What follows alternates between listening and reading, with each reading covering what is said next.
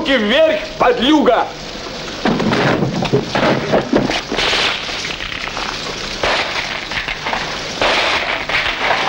Давай, гад! Руки вверх! Всем ноги!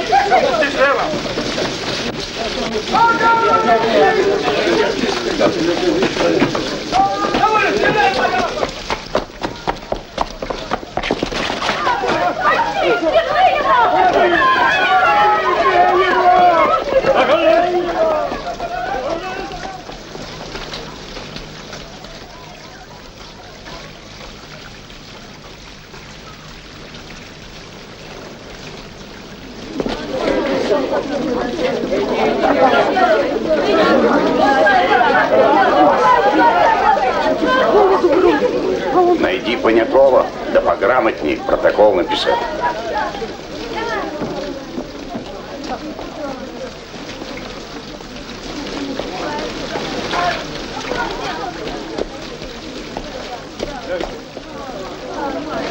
Отпустите. Обыскать его.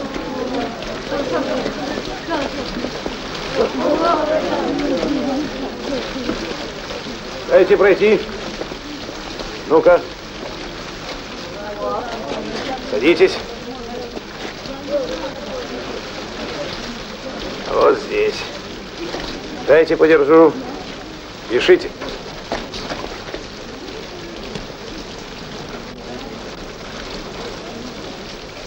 Товарищи свидетели и пострадавшие, на ваших честных глазах по приказу Совнаркома мы должны расстрелять этого народного врага.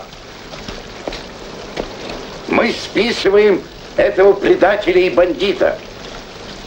Наш продовольственный пролетарский отряд призывает вас подписаться под этим протоколом.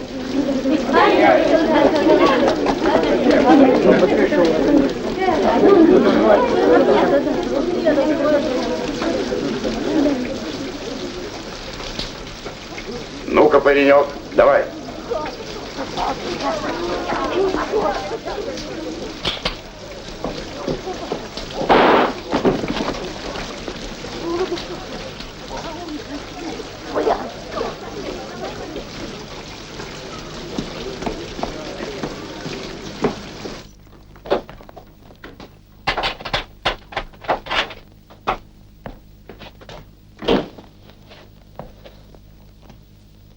Викентий, что с вами? Где это вы разбили ваше пенсне? Я в темноте наскочил на проволоку. Вот. Профессору Полежаеву, увенчанному в Кембридже мантии великого Ньютона, новая власть преподносит паёк. Спасибо. Александр, там давали только селедку и хлеб.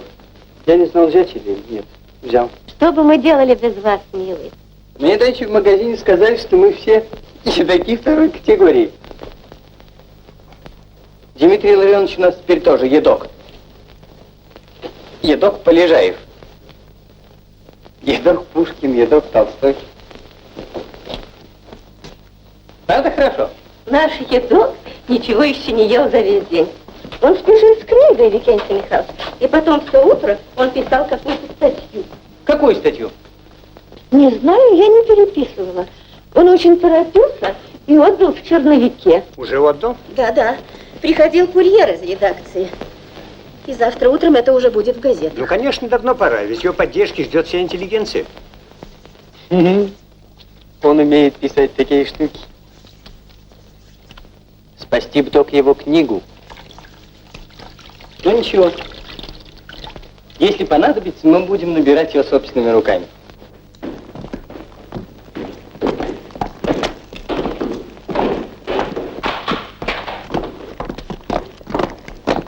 Прямо боюсь, когда он работает. Боже мой, кто это? Возьмите.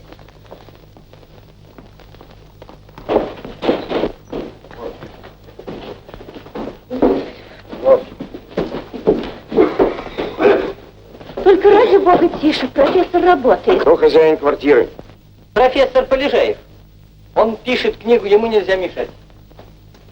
Вы понимаете? Понимаю. Куда идти?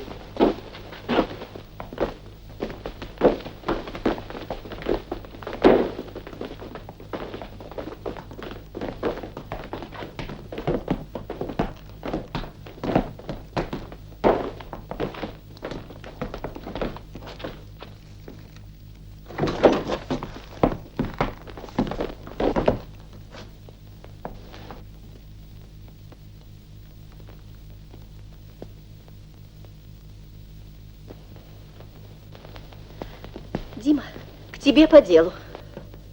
Я же просил мне не мешать. Слезайте вниз. Мы насчет хлеба. Так вам лучше к Викентию Михайловичу обратиться. Ведь он специалист по урожайности, а я, видите ли, занимаюсь общей физиологией растений. Я как раз пишу об этом книгу. А вас, собственно, какой вопрос интересует? Муку припрятали? Простите, я слышал. Как? Муку, говорю, припрятали? По постановлению Совета народных комиссаров мы должны произвести обыск. Понятно? Для выявления хлебных излишков. Город находится в кризисе. Народ голодает. Но вы мне же лекции не читайте. Лекции я сам умею читать. Садитесь. Ладно, ладно. Где мука? Ну, куда же вы садитесь? Там же рукопись. Черт! Что он делает? Боже мой, ничего не понимает. Это же моя книга. Ну, раз уж подняли, так садитесь.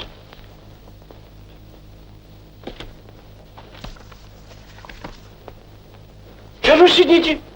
Обыскиваете? Время-то идет.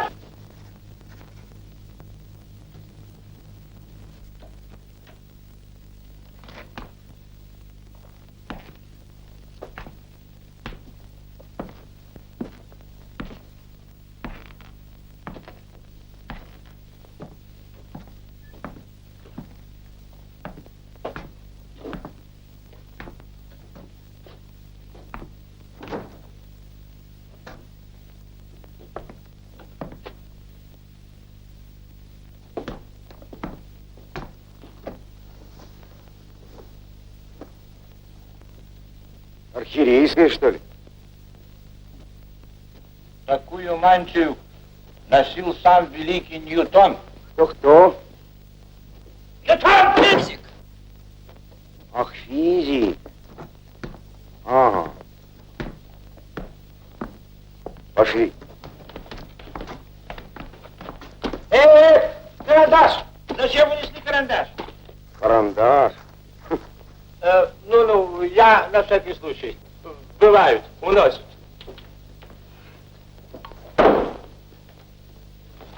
Большое спасибо вам за статью, которую вы написали. Пора. Пора.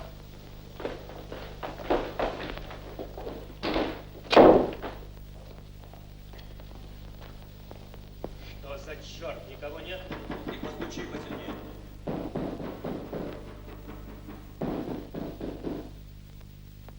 Откройте! Пролетарский проотряд. Что это у вас? Что это вы участвовали в каком-нибудь сражении? Это он ходил за хлебом и ударился о проволоку. За хлебом? Они у меня хлеб искали. Господа, а вы обратили внимание, какие глубокие глаза у этого матроса? Ну вот, глубокие глаза. Этот матрос сейчас на моих глазах убил человека. Убил человека? Какого человека? Ну да, я не знаю, кто-то там грабил вагон с хлебом. Но не в этом же дело, Дмитрий Андреевич. Послушайте. Маша! Матрос этот еще здесь? Ушел. Я же говорил, что у него глубокие глаза.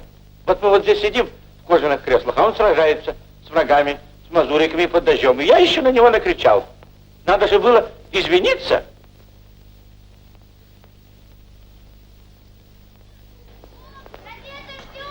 Подкуп профессора Полежаева! Подкуп! Профессор шпион! Профессор Полежаев продался большевикам! Почетный член английского королевского общества продался большевикам. Почетный член английского общества продался большевикам. Не пейте сырой воды, вода отравлена. Не пейте сырой воды, вода отравлена. Почетный член английского королевского общества продался большевикам. Почетный член английского королевского общества продался большевикам. Не пейте сырой воды. Союз науки и труда. Великий ученый протянул руку пролетариату. Союз науки и труда. Мальчик, мальчик! Водку большевиками. Вместо рубля 30 похождения Кришки Распутина. Вместо рубля 20 копеек. Запрещенные книги о похождении Кришки Распутина. Союз науки и труда. Союз науки и труда. Великий ученый протянул руку пролетариату. Кадетку. Нет, не надо. Союз науки и труда. 40 лет живу в Петербурге и не слышал об этой знаменитости. Пардон, вы не знаете, чем знаменит этот Полежаев? Полежаев? О, так ведь это же знаменитый покровитель балеринок Шесинской. Ах, да. Да. Газетчик, сюда.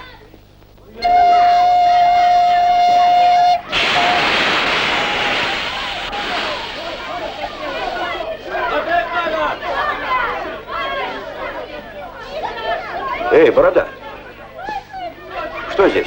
Книги. Мука. Книги. Мешошник. Я по вызову ЦК большевиков из Сибири.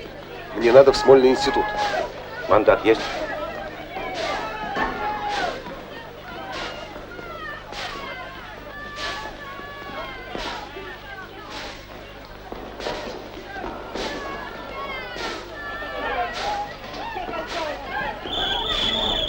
Дорогу знаете?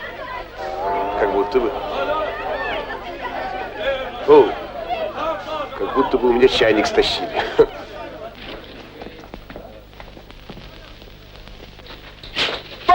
Почему? Здорово. Увидитесь. Обязательно.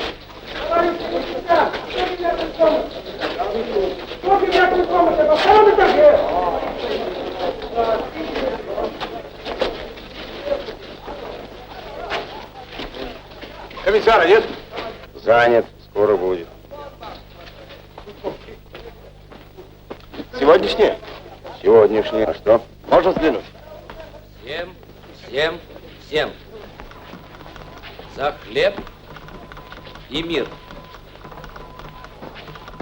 2 вопроса выдвинулись в этом месяце на первое место перед всеми другими политическими вопросами.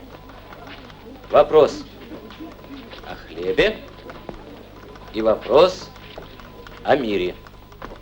Разбираешь почерк товарища Ленина? А чего он профессор Полежаев? Физиология растений. Что? Ну, жизни природы. Таких людей у нас раз-два да обчелся. Он большевик? Нет. Но вот такой статье мог бы позавидовать каждый большевик. Старик, а душа молодая. Знаю. Откуда? Как? Встречались? Замечательный человек. Вы должны его беречь, как зеницу ока.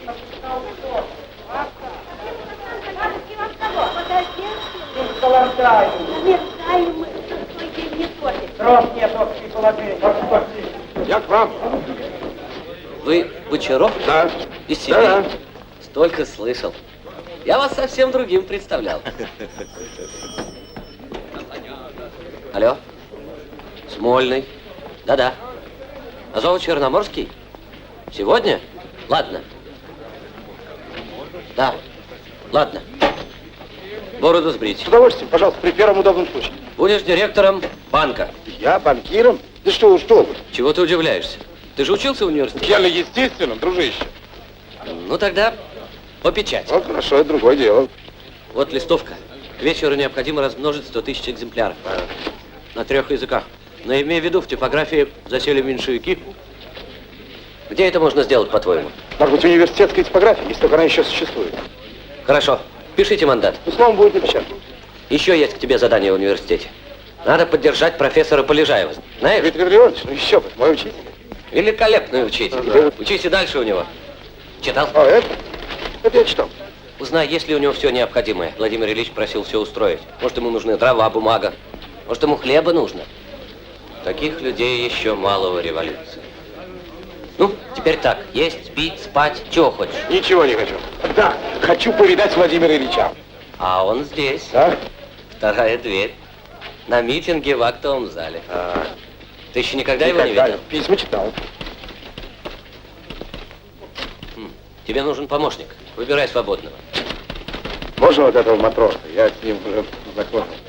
Товарищ Куприянов, будете в распоряжении товарища Бочарова. Есть.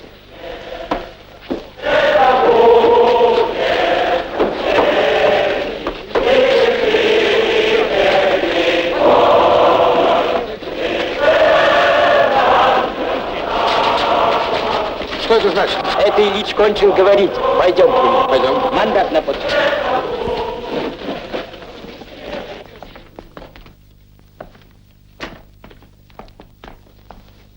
Коллеги, произошло то, чего я больше всего боялся. Мы все ждали статьи Полежаева. Так вот, послушайте, что он пишет.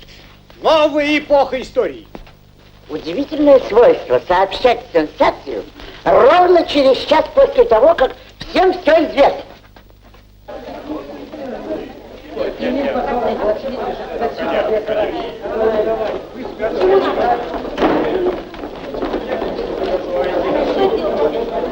Господа, наша фракция меньшевиков постановила не сдавать зачеты Полежаева.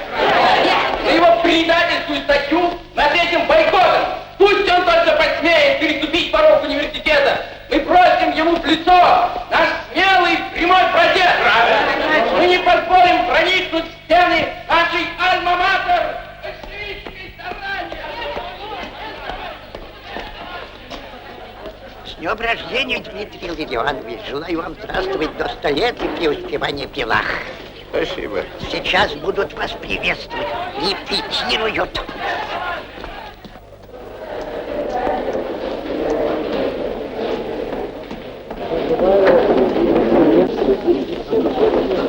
И добрым утром. Вы меня простите, я немножко проспал.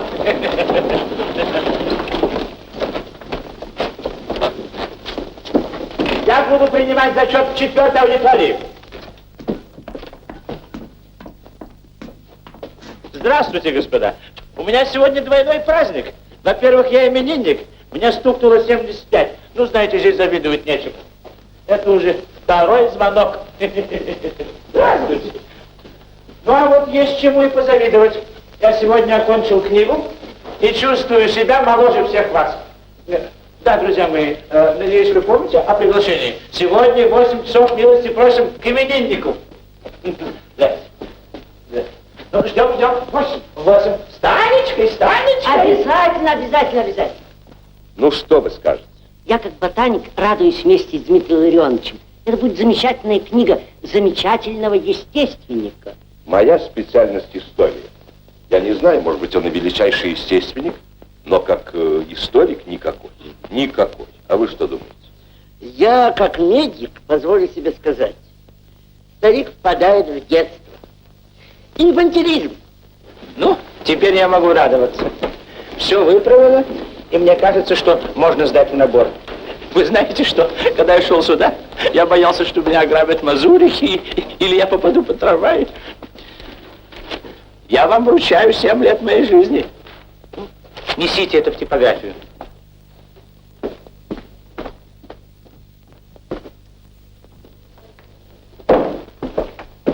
Что профессор Полежаев сегодня читает?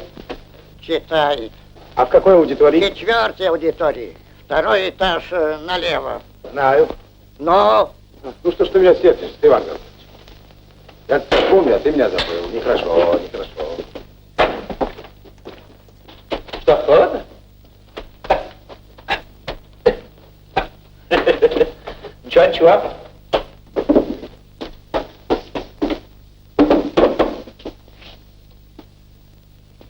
Ну, кто будет сдавать зачет, господа?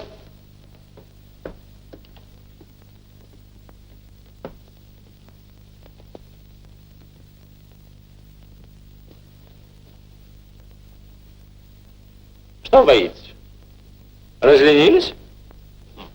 Мы не будем сдавать зачеты большевистским наемникам. Не понимаю, что вы сказали? Я говорю, мы не будем сдавать зачеты большевистским наемникам. И немецким шпионам.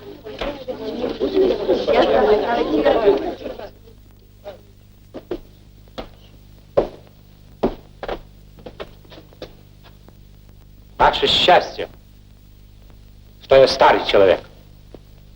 Выйдите вон отсюда. И вы тоже, с пробором. Разрешите я буду сдавать?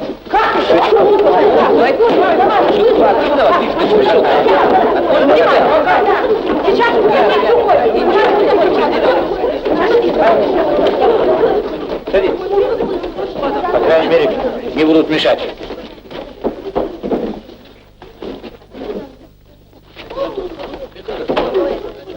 Да вы что, студент? Да, у меня даже сохранился матрикул. Оставьте, оставьте, здесь университет. Простите, простите. Ну как ваша книга, Дмитрий Ларионович? А почему вы о книге? В чем дело? Ну как же, я помогал вам в некотором роде. Глава о селекционных домиках. Постойте, постойте. Бочаров? Миша? Михаил Захарович? Совершенно правильно, Михаил Макарович. Макарыч, да. Ведь вас же трудно узнать. А что это борода настоящая? Настоящий. Ну, надо же сбрить. Непременно, при первом удобном случае. Я ведь к вам прямо с вокзала, из Сибири. Из Сибири, да. Прямо на зачет? Ага. Так вы же, наверное, все перезабыли. Ну что, напротив, не врет. Ну, посмотрим. Ну, борода-то борода. Ну, прямо старший двор. Молодой студент. Ну, рассказывай.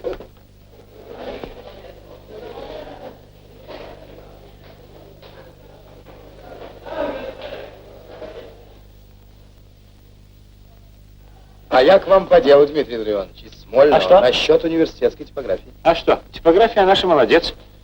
Она не в пример им. Работает. Печатает мою книгу. Вот ту самую, которую начал при вас. Да, 7 лет тому назад. Да, вот только не хватает бумаги. Нет бумаги. Ах, печатает. Ну, это правильно. Ну, извините, Дмитрий Ларионович, я спешу. До свидания. До свидания. Позвольте, ну, а как же зачет? Разрешите в следующий раз. Ну-ну. Кланяйтесь, Марья Александровна. Простите.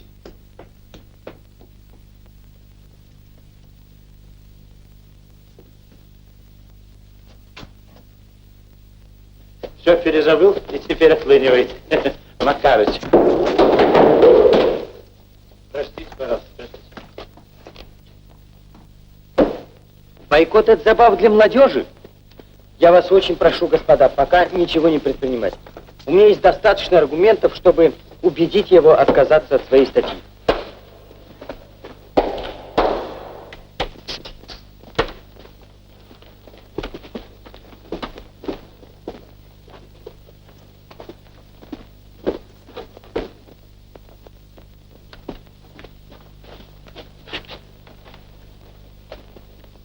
Господин Воробьев, это ваш матросик дожидается. Ребята лекцию просили организовать на Амуре. Очень интересуются физиологией растений. Ах, вас на корабле? Пожалуйста, ради бога. Есть. Приятно. Университетскую типографию занимать не будем. В ней печатается книга профессора Полежаева. А воззвание где печатать? Надо найти другую. Как ты думаешь, можно? Другую? Да. Можно. Превосходно.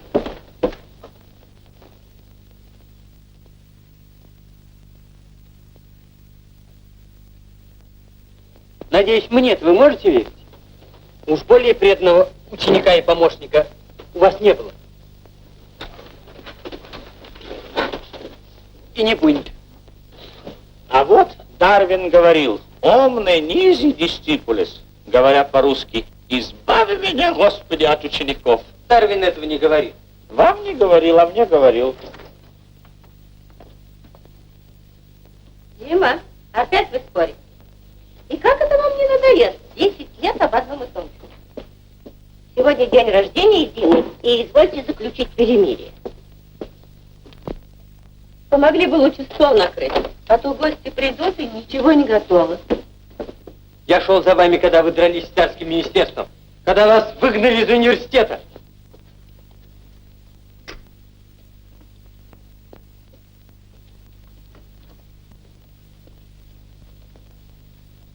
Тогда я шел за вами, когда вас хотели отнять вашу лабораторию. Ради вас я шел на все, Дмитрий Ларионович. На исключение из университета, да почти на ссылку. Почти, почти. У вас всегда почти. Вот Бочаров, тот действительно пошел. А у вас всегда только почти. Да, но если бы все шли на ссылку, как ваш Бочаров, кто бы стал заниматься наукой? Мне смешно говорить об этом вам, человеку, для которого жизнь и наука одно и то же. Правда, за последнее время вы изменили этому принципу. Больше? Вы изменили родине? Послушайте, я вам запрещаю говорить об этом. Довольно. Я сказал почти все. Опять почти? Ну, знаете ли, вы мне надоели. И теперь уже не почти, а совсем. Машенька, он мне сегодня целый день читает лекцию. Ну, что мне с ним делать? Викентий. Послушайте, вам же пора на лекцию. Вас ждут на корабле. Я раздумал. То есть как? Ведь вы же обещали. У меня есть дела более важные, чем читать лекцию матросне, который из этого ничего не поймет.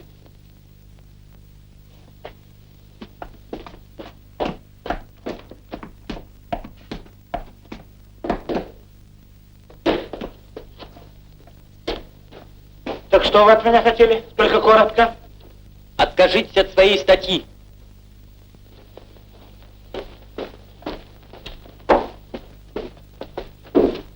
Куда ты? Боже мой, в такую погоду. Читать лекцию матросне. Ну почему же ты? Все ты. Тебе же трудно. Мне стыдно за мой университет. Все обещают, говорят красивые слова. Никто ничего не делает. Викентий Михайлович, уж вы не оставляйте его одного. Хорошо, хорошо.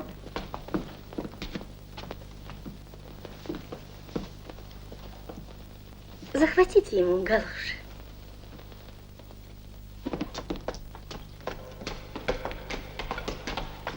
Дмитриев! Дмитриев! Надевайте.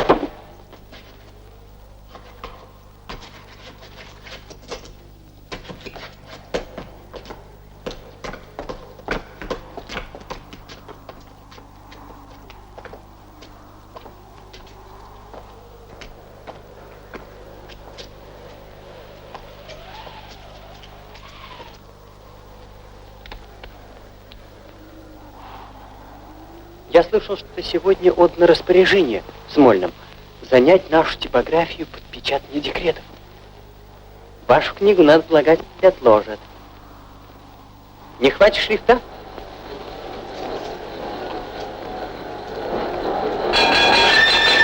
Нельзя! Нельзя! Ведь это же для них книга. М? Зачем же они станут ее уничтожать? Ну, я не знаю. Чепуха.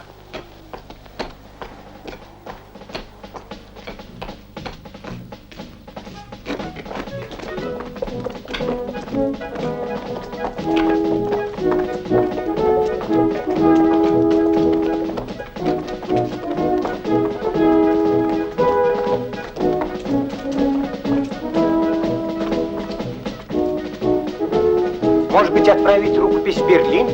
Там издадут. Ах, я иду к вам на корабль читать лекцию. Вы? Извините, разве ж вы? Не видите, у Викентия Михайловича болят зубы. Университет просил меня. Одну минуту.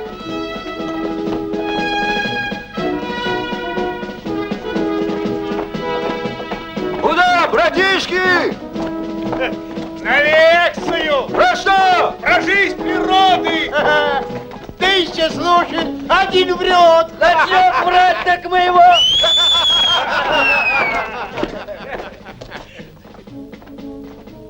Слыхали?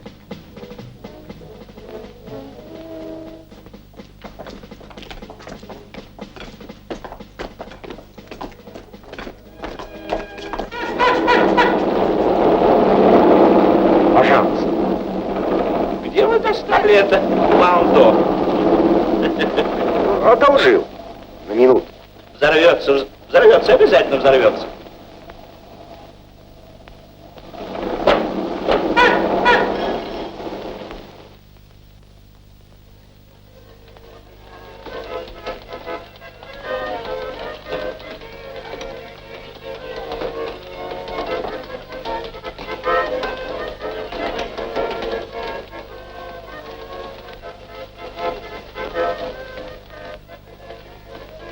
Я не понимаю вас, Дмитрий Ильич. Да они вас и слушать не будут. Им сейчас нужна только политика. Ну и что же? Я им буду читать об урожае.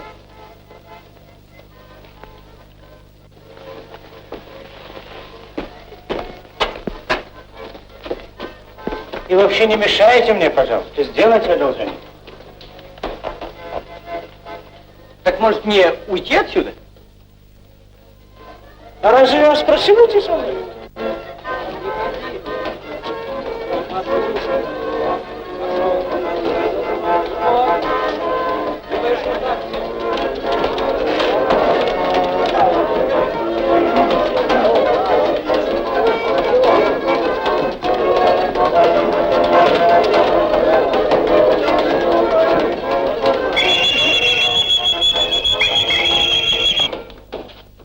Товарищ, сейчас перед вами выступит профессор Дмитрий Ларионович Полежаев.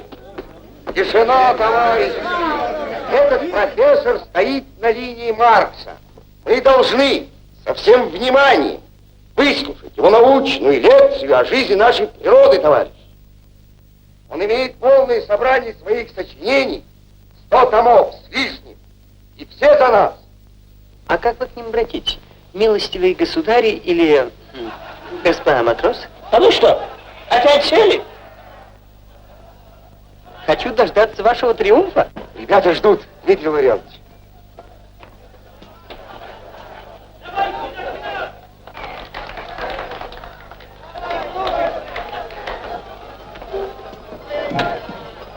Шалфей от зубов. Ах, да. Спасибо, спасибо. Пополощите. Здравствуйте. Пожалуйте, вот.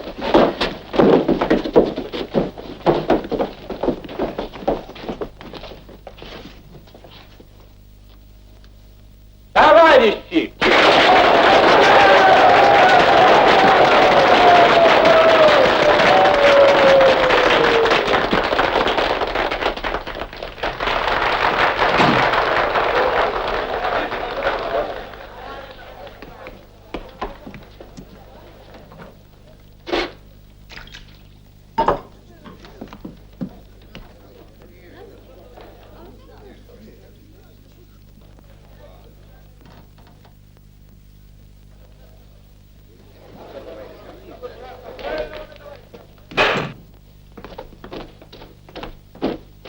Товарищ профессор, получите паёк. Это вы мне? Вам. Спасибо.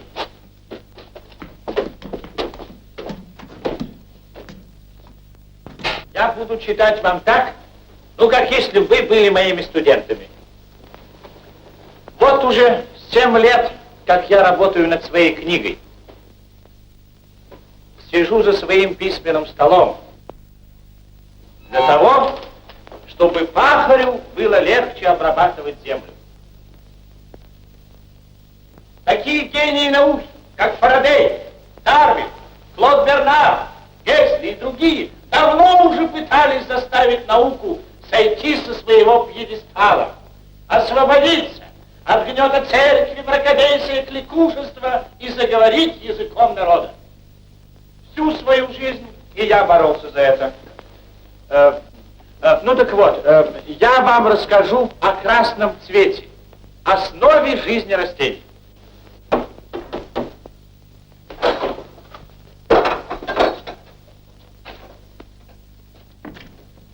А где же Дима? Он там читает лекцию.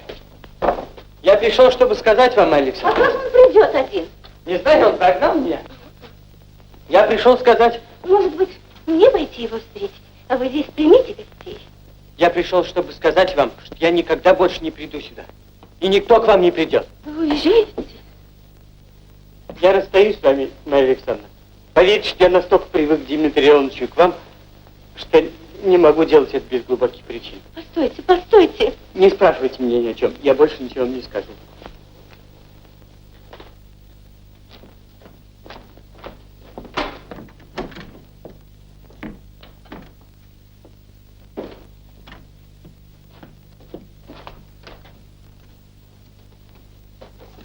Дмитрию Ларионовичу передайте, пожалуйста, что дальнейшую заботу о книге я с себя слагаю.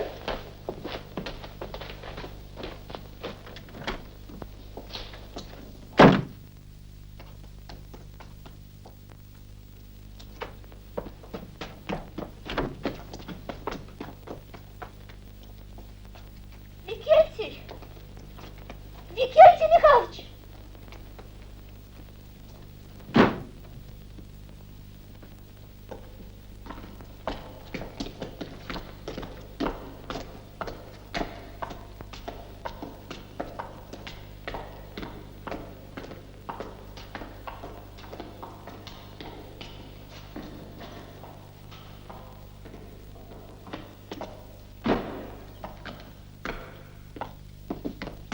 Товарищ профессор, я вас тогда за архиерея принял. Вы извините меня. И это была ошибка. Извиняю. Ну вот и пришли. Ну, а книгу вы дописали или нет еще? Записал. Интересная будет книга. Вы полагаете? Не только я, все наши ребята Самуров подпишутся под таким произведением. Ага. Что, не надо. Я читал лекцию не из-за этого. Я понимаю. Возьмите. Знаете что? Идемте ко мне. Будем пить чай. У меня сегодня гости, я именинник. Вот хорошо. Место подарка. Auf Wiedersehen. Ну, а как же чай пить? Некогда. Другой раз.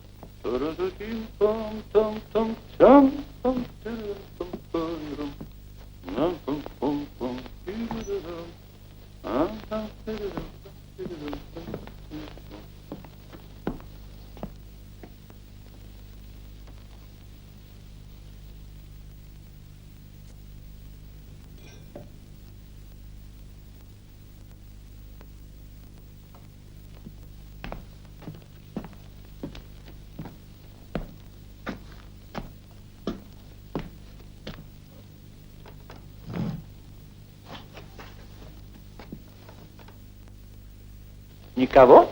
Ну что ты, Дима, какой же сумасшедший пойдет сейчас на именины? Ко мне? На улице стреляли? Профессоров стреляют. А Викентий Михайлович? Почему его нет? Ах, да. Я на него опять накричал. Да. Он обиделся и не придет. А может быть, он еще явится? Ведь он же знает, что ты от того и кричишь, что любишь его. Да, наверное, явится. Я с ним помирюсь. А? Да, и вообще я себе позволяю кричать на людей, как будто и Бог знает кто. Ничего. Мы с тобой никогда не скучали вдвоем. Я же сегодня настоящий именинник. Ведь книга-то кончена, Маша.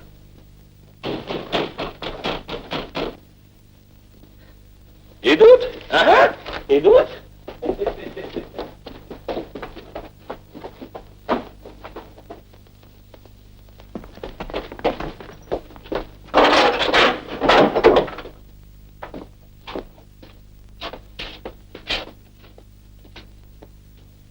Днем ангела Дмитрий Ларионович, Мария Оксана.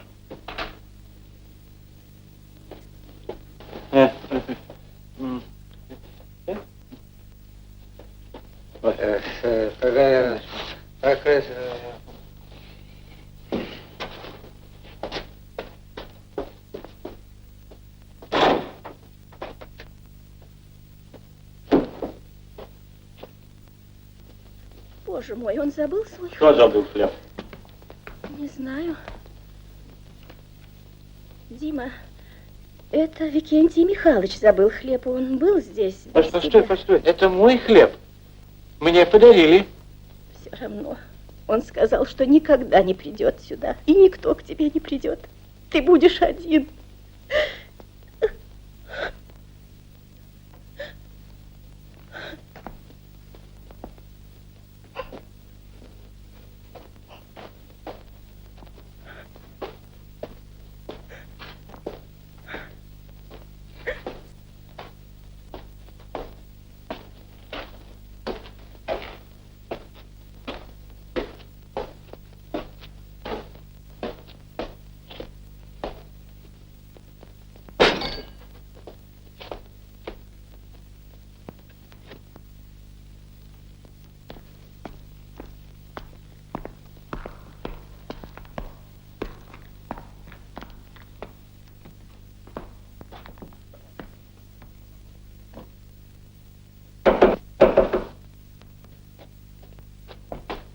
Викентий Михайлович.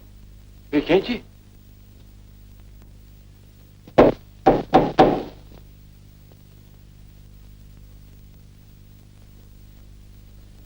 Идем, иди, садись, Раэль, играй. Веселый вальс. Вальс веселый. Почему?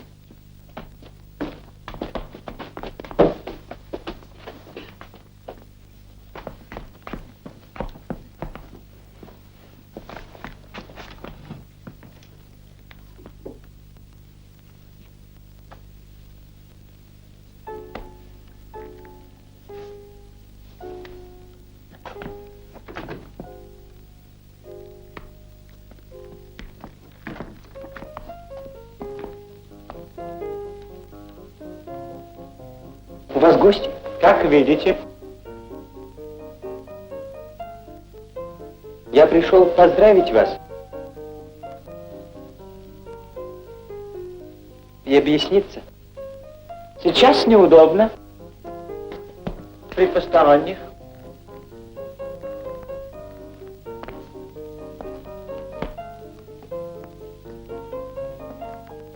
Но все равно хоть здесь.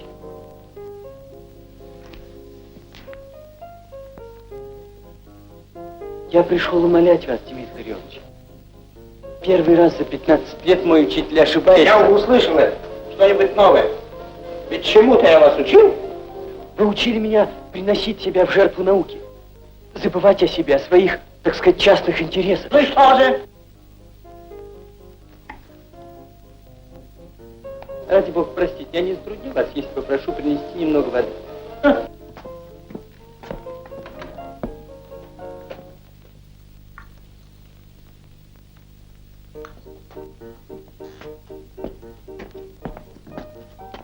Благодарю вас. Печеное? Печеное, не бойтесь.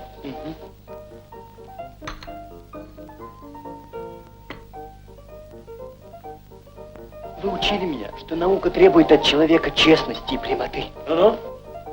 Так отчего же вы сами выкидываете эффектные номера под занавес? Да-да, под занавес. Вам 75 лет. Вы пришли поздравить меня. Это очень оригинальная форма поздравления. Я привык к вашим чудачествам. Первого дня знакомства я почувствовал, что за этими чудачествами кроются гораздо более серьезные вещи. По существу мы с вами всю жизнь голосовали разными шарами. Но я надеялся, что вы постареете, и это пройдет.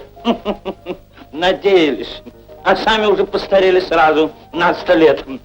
Начинаете выживать из ума. Сами выжили из ума.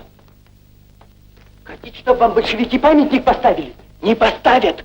Не заработаете памятника, нет. Отрекаетесь от учеников, бунтуете, бегаете лекции читать в кочегарке.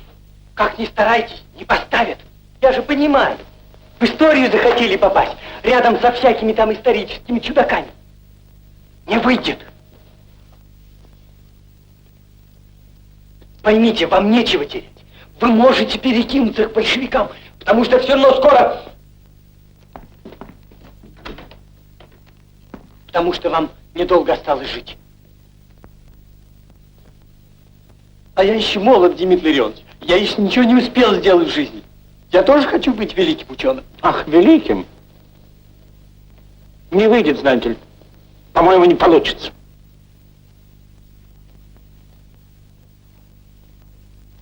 Ну, я не смею вас больше задерживать. Ваши гости могут обидеться и уйти, и вы останетесь совсем один под забором большевиков.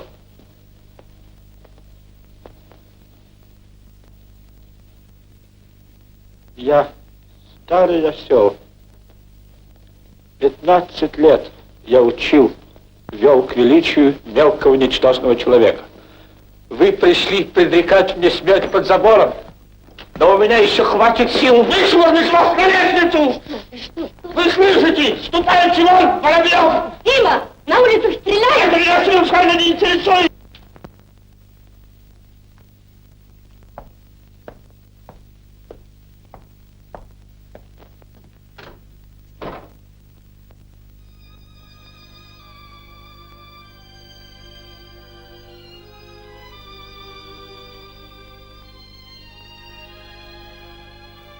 Да.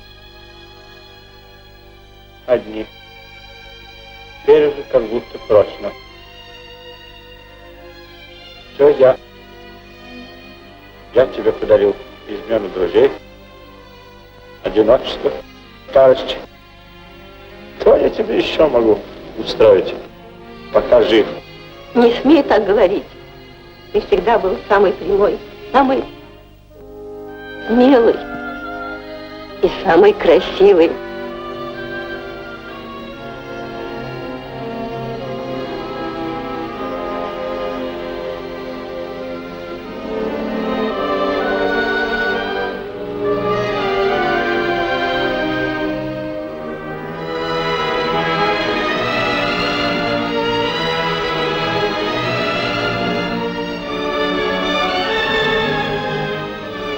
Тебе холодно? Я сейчас принесу шаль.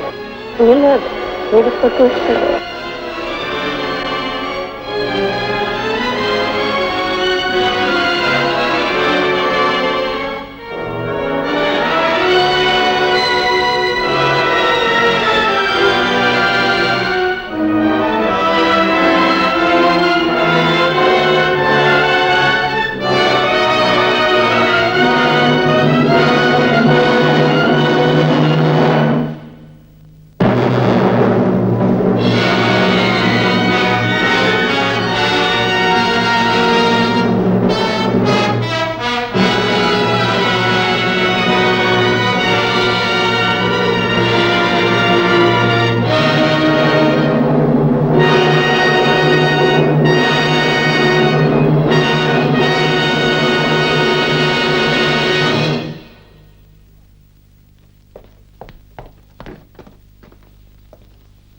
Алексей Михайлович, мне нужна рукопись Полежаева. Она в наборе. Неважно. Дайте сюда ботаническую науку и сельское хозяйство. А что такое? Придется издать ее в Лейпциге, у Штейнкопф. У нас не время. А набор? Разберитесь, пригодится для более срочных работ. Ага.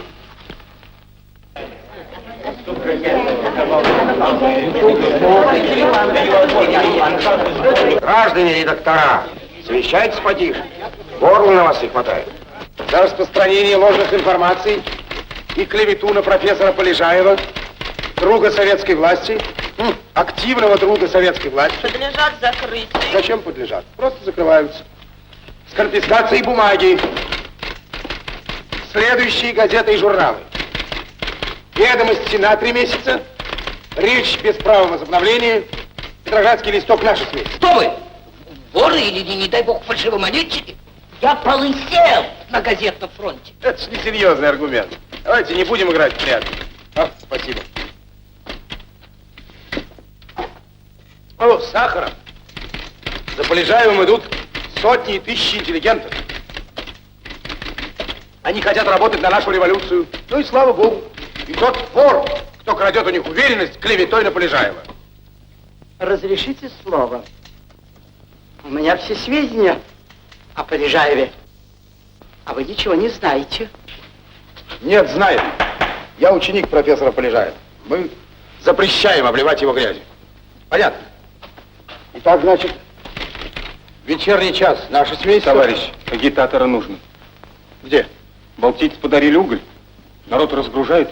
Устали. И жевать нечего. Агитатор давай. Хорошо. Я вечером буду сам. Есть. А позже только. Оставь адрес. Есть.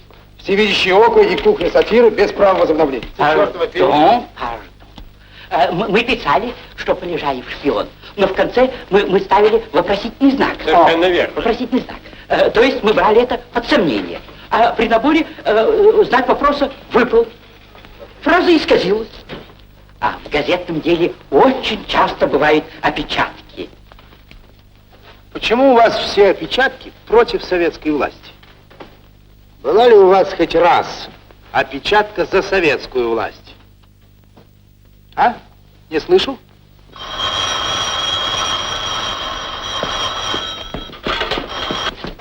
Агитотдел.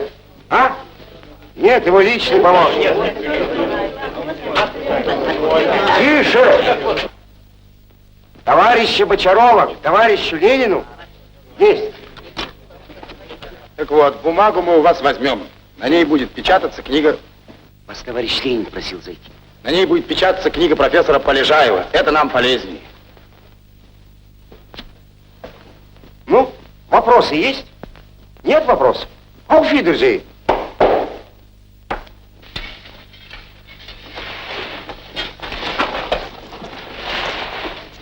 Ух ты, не узнал тебя, прям черт какой. Вам пора идти, я сам здесь управлюсь. Не могу, мне надо сказать им несколько слов в перерыве во время еды. У нас не будет перерыва и нет еды. Мы будем грузить до конца. А тем более я не могу уйти, я должен быть здесь. Ваше дело. Не мне товарищ Ленин поручал ехать. Решайте. Вот что, тогда ты скажешь им речь вместо меня. Но мне легче разгрузить 10 вагонов, чем сказать 10 слов. Ничего. Скажешь, уголь — это кровь в артериях нашего Петрограда. Мы должны оживить город. Скажешь, моряки Балтики подарили питерским рабочим уголь, который пойдет на заводы, в литейные, где льют для нас пушки. Пойдет в топки электростанций, которые осветят наш Петроград. Скажешь, революцию нельзя делать в темноте, чтоб без света одинаково трудно работать как у станка, так и писать ученые книги, а главное — находить врага. Скажешь?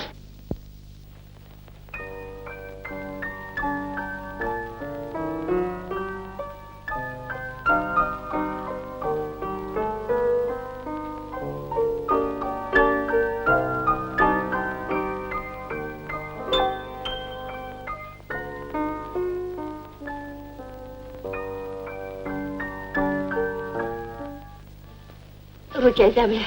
Я сейчас спущусь в сарай за дровами. Ну что ты? Книга кончена, Маша, теперь я могу заняться немного и физическим трудом.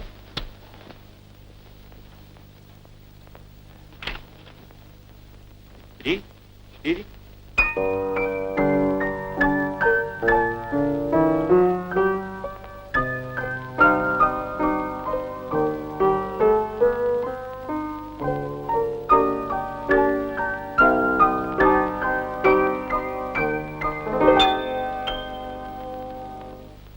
Ага, свет. Это в честь моих именин. Назло Воробьеву.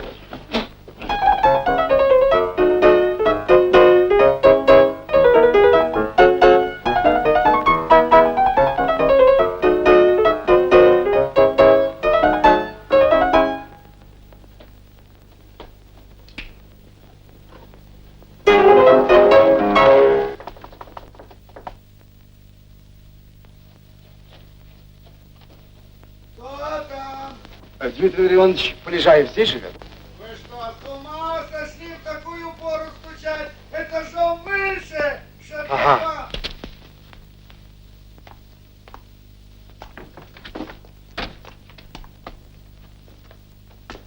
Михаил Захарович, идемте скорее. А я думал, вы спите, Дмитрий Леонович.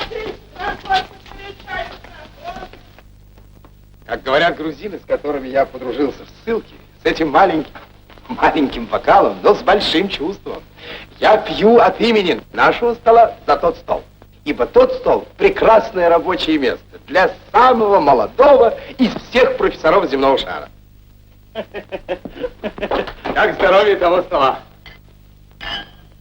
И, как всегда, Дмитрий Ларионович, в день вашего рождения, Gaudamus igitur juvenes dum sumus, Gaudamus igitur juvenes dum sumus, post iucundam juventutem, post molestam selectutem, nos habebit humus, nos habebit humus. Vivat Academia, vivat professores, vivat Academia, vivat professores, vivat membrum quodlibet, vivat membrum delibet, semper sin virpolare, semper sin virpolare. Vivat et respublica, et villam regit, vivat et respublica, et villam regit.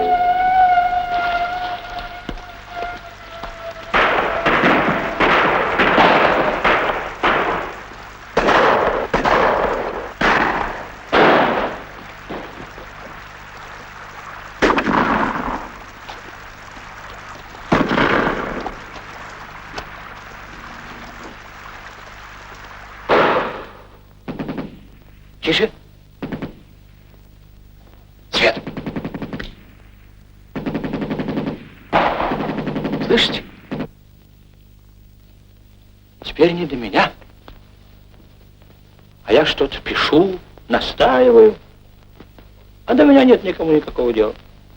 Естественно. Вот единственная почта.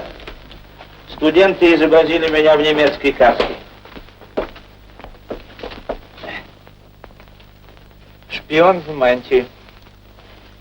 Свиное рыло. Пожалуйста. Ну, а вот это уж совсем не похоже. Старый осел в большевистской конюшне. До чего доходит человеческая ограниченность? Очень хорошо. Это и следовало от них ожидать. Как? От них это и следовало ожидать.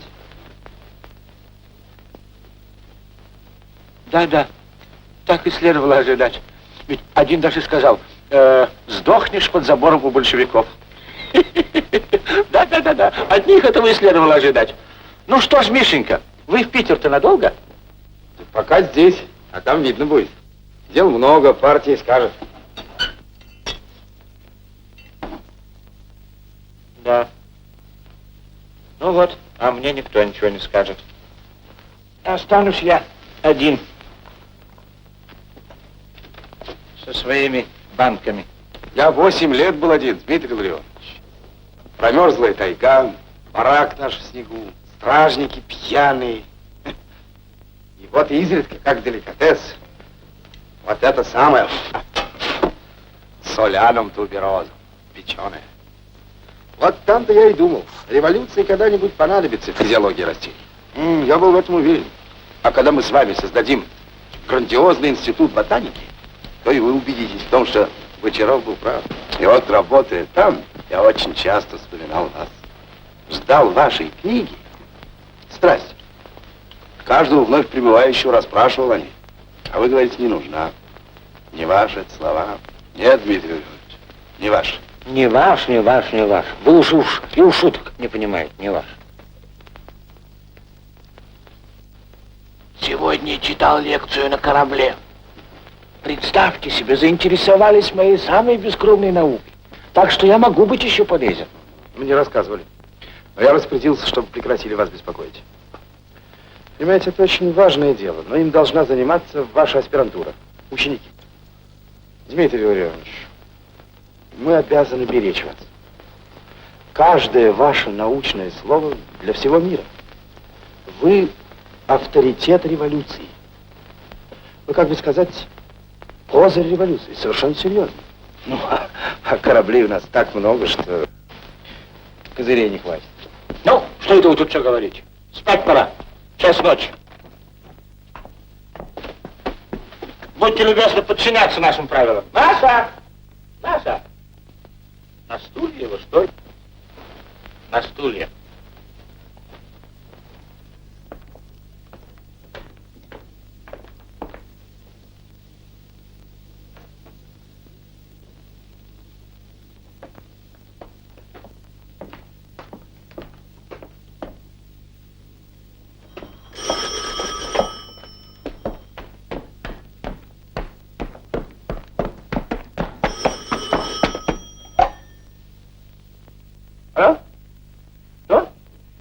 Простите, не понимаю, кто? Владимир Ильич? Какой Владимир Ильич? Подождите минутку.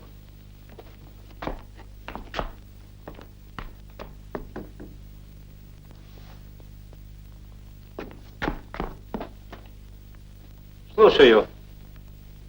Кто? А, товарищ Ленин? Здравствуйте, Владимир Ильич. Нет, не спал. Благодарю. 76-й пошел?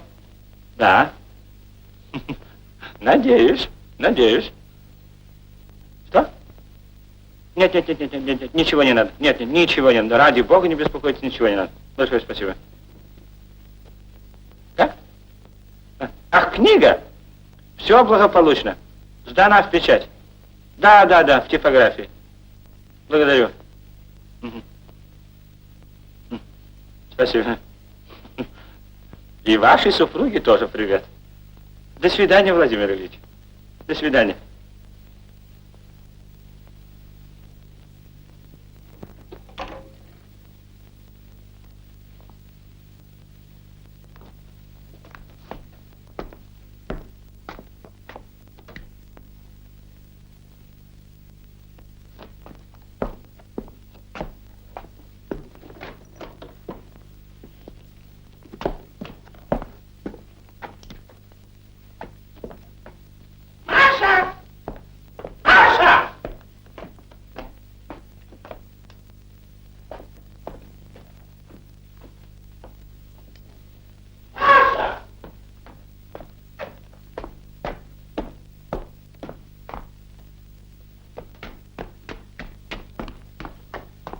Мишенька, вы не спите?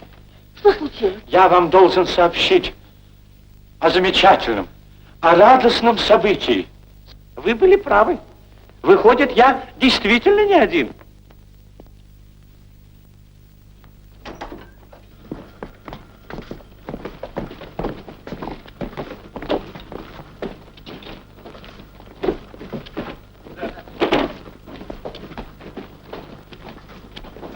Алексей Михайлович, здравствуйте. Вот привел гостей показать книгу. Что, рукопись в наборе? А ведь рукопись сейчас здесь на месте не имеется. Ну что вы путаете, как не имеется? Тут были профессор Воробьев, они ее увезли с собой. Вот когда это было, дай бог. Ты позвольте, ну кто же вам дал право Да что вы, в самом деле, с ума сошли? Видели, и у нас сейчас типография занята печатанием очень срочного заказа. Так что даже не хватает знаков. Позвольте, я не понимаю, как же все это происходит, в конце концов? Я же сам видел своими глазами.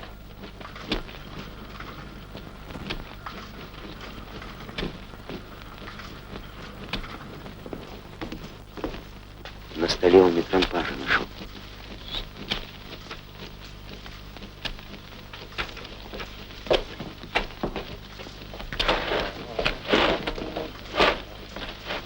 Откуда это?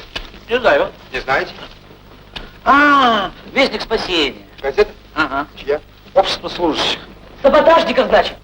Профессор Воробьев увез рукопись на собрание, а набор приказал разобрать. И вы разобрали? Ага, да, разобрали. Ну а что, с сегодняшнего дня никаких газет вы больше печатать не будете? Оригинально, очень оригинально. С сегодняшнего дня типография переходит в распоряжение советской власти. То есть, позвольте, а вы-то кто такой?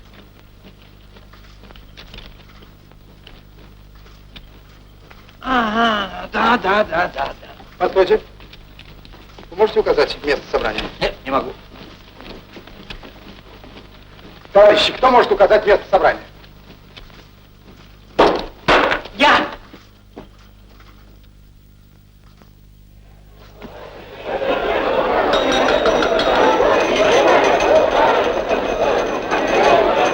Я призываю вас к спокойствию и организованности, господа.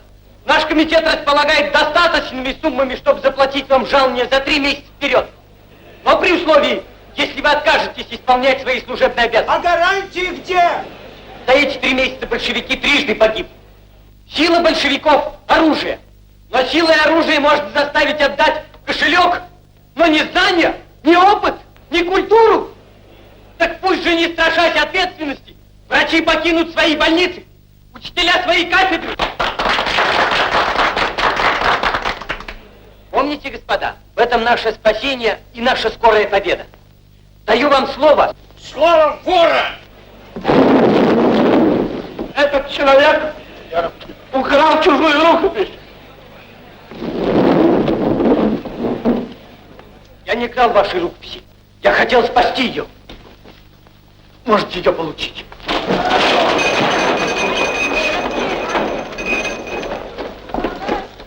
Подожди.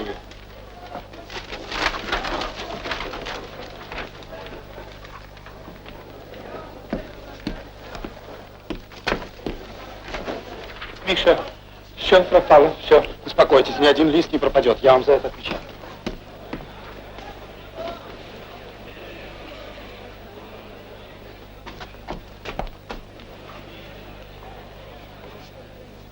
Ну вот что, граждане, считай ваше собрание закрытым. Прошу немедленно очистить зал. Не подчиняться! Свободу собраний! Это провокация! Вот, брат, многие здесь по недоразумению и будут преданными работниками советской власти. Ну, а злостных прошу меня не нервировать. Так что, пожалуйста, прошу вас покинуть зал.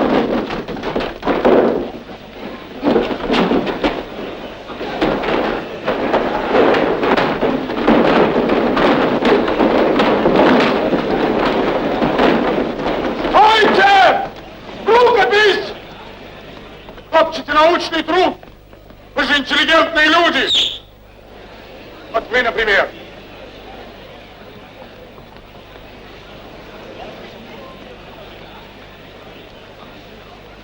Огорчаешься? Зря. Твоя возьмет.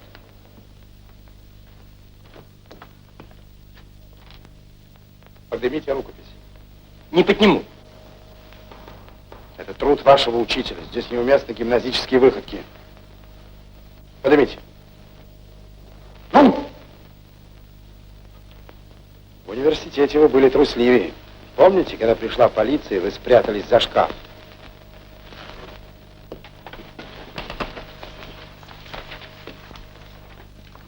Здравствуйте. Здравствуйте. Будьте добреньки, поднимите. Я вас по знакомству прошу, поднимите.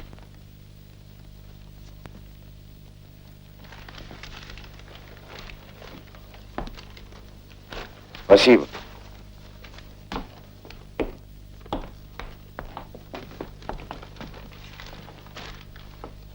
Дмитрий Ларионович.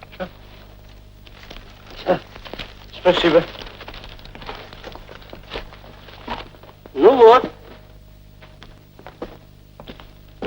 Я ухожу не потому, что испугался ваших угроз, а потому, что презираю их трусость.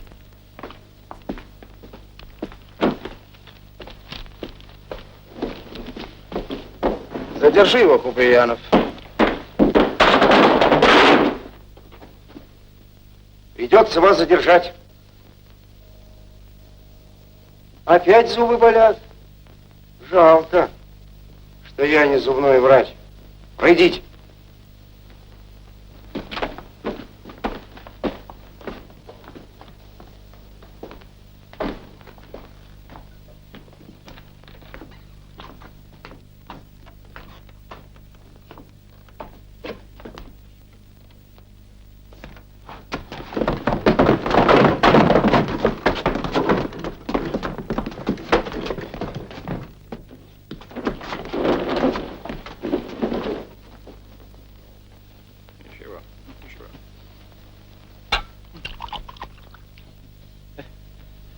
Хорошо. Начинается 76-й год моей жизни. Вот ведь какая...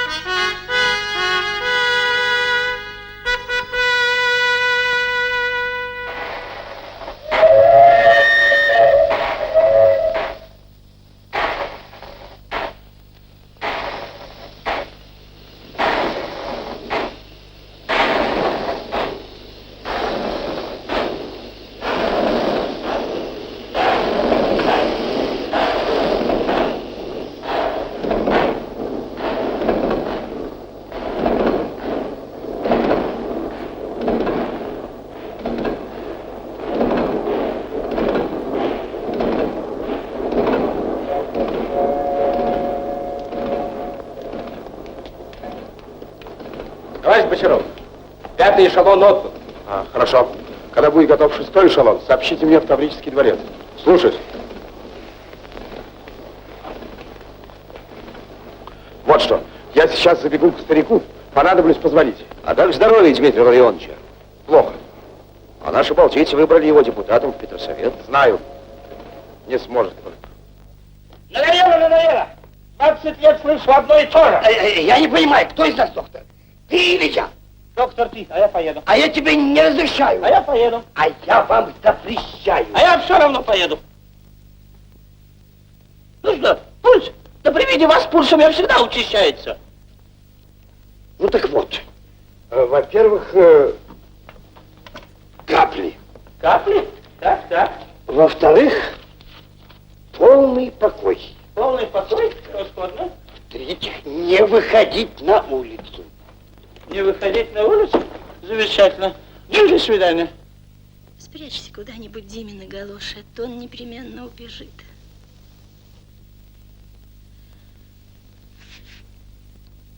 Сейчас опять извиняться перед доктором.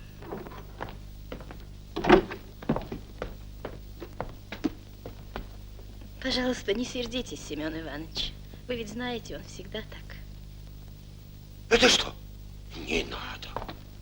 Он даже выслушать себя не позволил.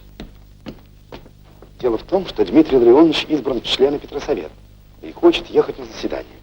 Не пускать. Никуда не пускать. Сердце ни к черту.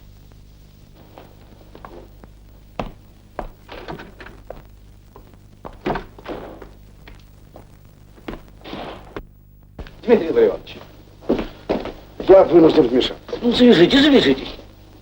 Вам нельзя ехать. Вы разволнуетесь, путешествуете через весь город. Нет, я не буду. А еще большевик. Да как вы не можете понять, что мое выступление в Петросовете, это же для всего мира?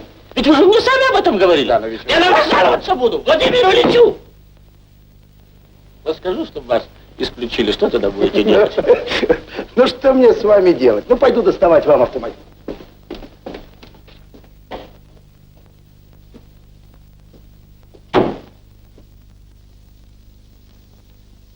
Дима! Маша, надо слушаться доктора. Он сказал, что эта поездка поднимет деятельность сердца.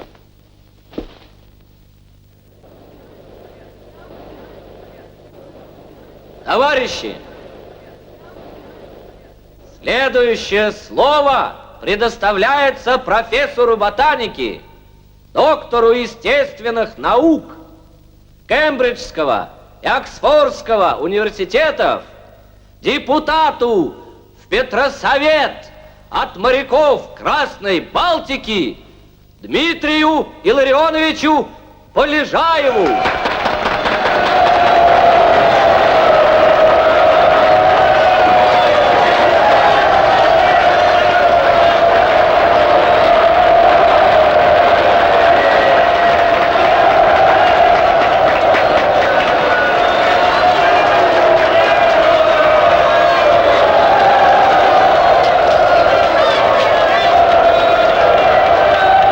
Ньютонов друг.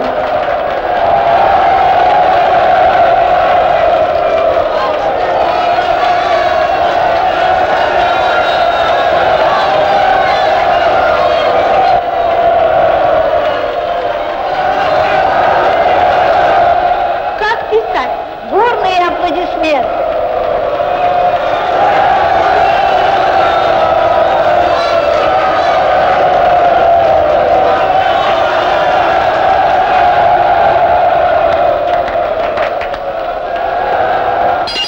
Товарищи, придется прекратить курение.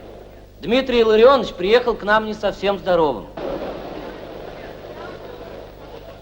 Господа, я не оговорился, я говорю вам, господа, рабочим, работницам, вам, крестьянам, крестьянкам, вам, красным солдатам и славным морякам. Вы теперь хозяева и подлинные господа нашей новой Родины. Я вас приветствую, мои товарищи, от лица науки, обязаны думать о вашем настоящем и вашем будущем счастье.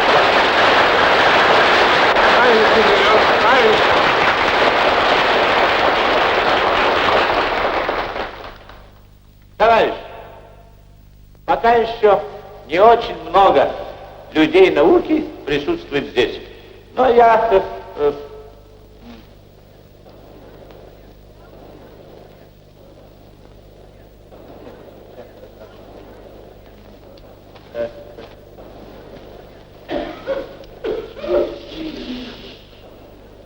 Память, старею.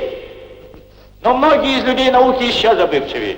Да, они забыли, что воспитывались на средства голодного, нищего народа. Они теперь ему платят черной неблагодарностью, черной изменой. Вот у меня был один такой забывчивый ученик, Воробьев Викентий Михайлович. Разумеется, я его не этому учил. Я его прогнал.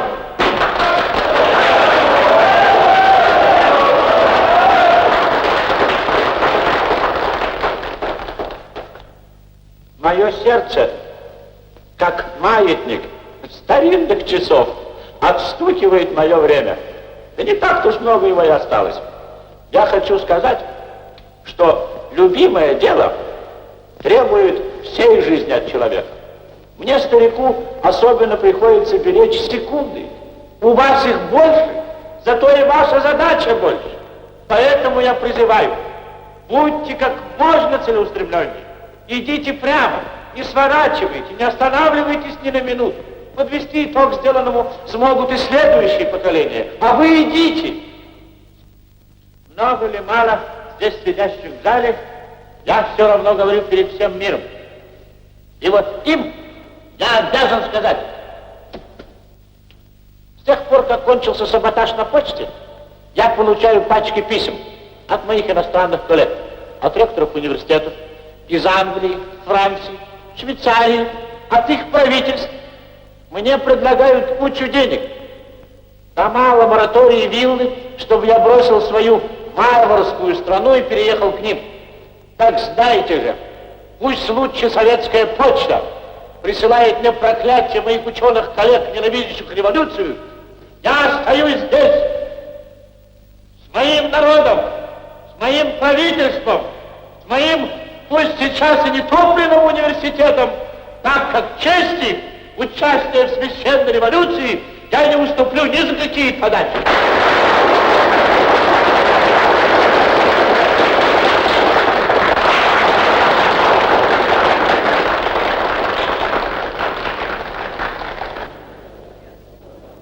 Товарищи, эшелон подан.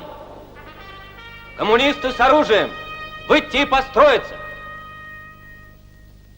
Моряки Балтики, делегаты, выйти к главному ходу. Красногвардейцы, путиловцы, отряд Бочарова построится на площади.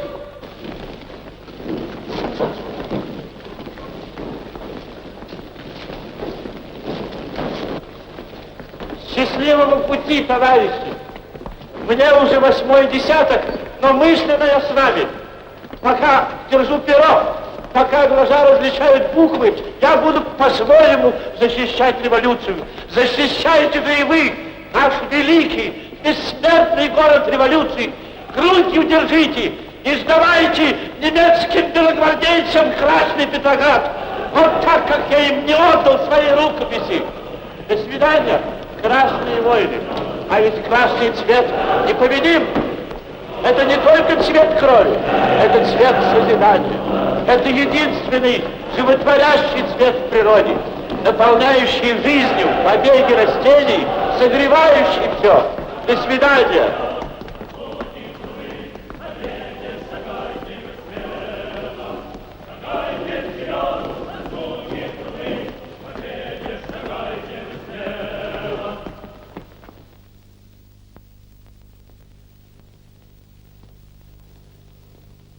Может, ляжешь?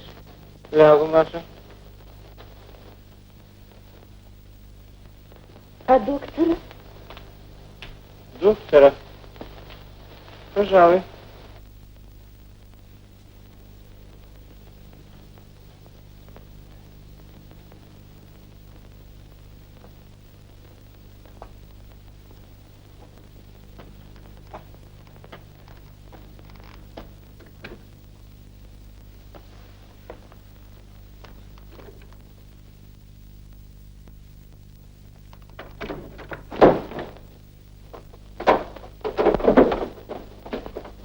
Добрый вечер.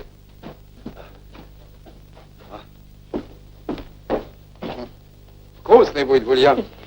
Спасибо, Свежий, спасибо. свежий.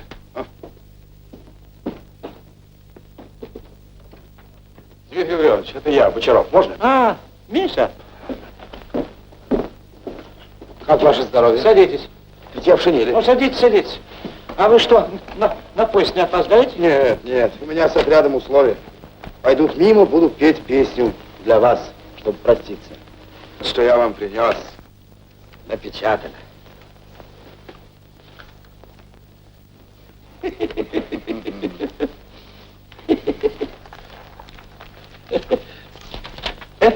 Даже предисловие, Да. молодцы. Я послал один экземпляр Владимиру Ильичу, и вот вам от него письмо. Так, товарищу Ленину? Да. Ага. Так что же вы?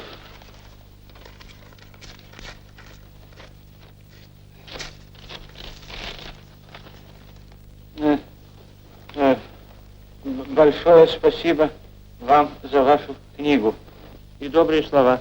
Я был только в восторге. Я был прямо в восторге, читая ваши замечания против буржуазии и за советскую власть. Крепко жму вашу руку и от всей души желаю вам здоровья, здоровья. Ваш Ульянов Ленин. Ленин? Ну вот, здоровья. А вы тут все меня в инвалиды хотите записать. Увидите Владимира Ильича, передайте ему, что я счастлив быть его современником. Я преклоняюсь перед его гением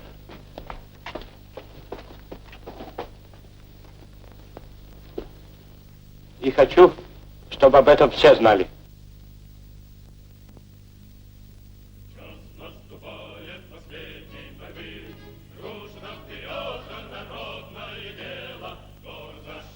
Идут. Дмитрий Леонидович, до свидания. Ну, задайте им там. Надеемся.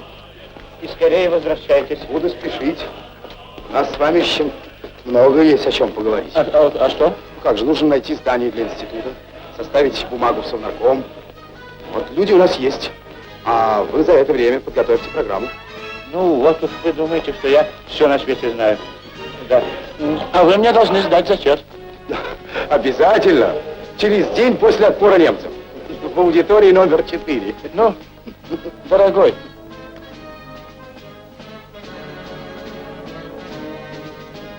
Ведь вы же обещали сбрить вашу эту непонятную бороду. А, да, ну это непременно, при первом удобном случае. Ну, посидим на дорогу.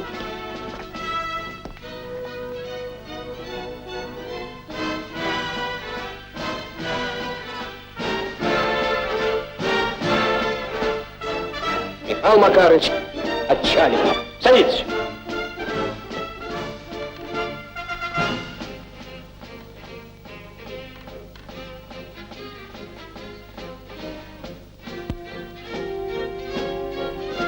Ну, идите, а то еще опоздаете. За вас придется отвечать. Auf Wiedersehen.